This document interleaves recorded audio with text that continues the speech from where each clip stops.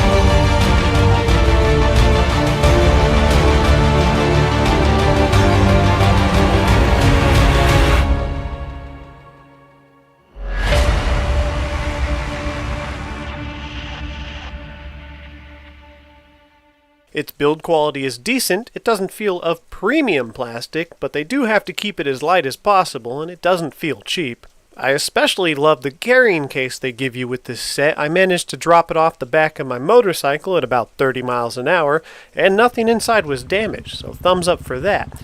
I mean, a carrying case being of good quality is nice, but, the drone's still got to do its job. They're using some unbranded brushless motors, but they run smooth and have no bearing noise. The props feel super tough. I'm sure these can whack a couple branches without breaking, and they seem plenty efficient.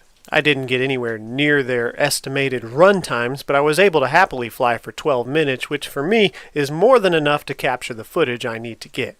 The kit comes with 2 batteries, which are rechargeable via USB-C. I really like that feature as I don't care much for proprietary chargers.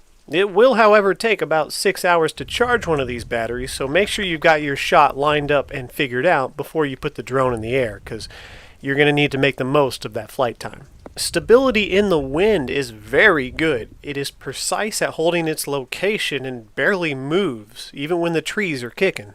Its altitude hold is also precise, staying right where you put it in the sky. The drone does feel well connected to the controller. When flying line of sight in close proximity, its response is instant and precise. The follow me feature, which is pretty nice, is good when you're just walking or cruising on a bike. There is no obstacle avoidance or proximity sensors anywhere on this thing, so make sure you give it a clear path if you do decide to use the follow me feature. Video link and radio connection from the controller to the drone also feels solid. I didn't push it to see how far it would go, but beyond line of sight is certainly doable. I never found any situations where the connection felt spotty or the video got unusable. I could always tell where the drone was and move it around without issues. For reliability, I'll give it to them on this one. It's a win. Takeoffs are instant and painless, holding its position a few meters off the ground until you take the controls. Its landings are very soft with little to no bounce upon touching the ground, and its return to home function has worked every time I've tried it, always bringing it back within a few feet of where it took off. Our next category covers user interface and ease of use. After the initial setup and your first test flight, the steps you'll take to fly this drone every time are as follows. You'll decide where you're going to fly to get your shot. You'll remove the drone from the bag as well as the controller, unfold the drone's arms, unfold the controller, turn on the app with your phone, turn on the drone, turn on the controller, The connections are all automatic, so that's pretty much it. However, there's one additional step which I don't think is on most newer modern drones. You have to calibrate the compass. This is quick and easy, it's just one step I would like to avoid every single time I have to fly. You have to hold the drone up in the air, about a meter, and spin it around in 2 circles. This only takes about 10 seconds. Their user interface is probably where they did the best job on this setup. I have very few complaints with this.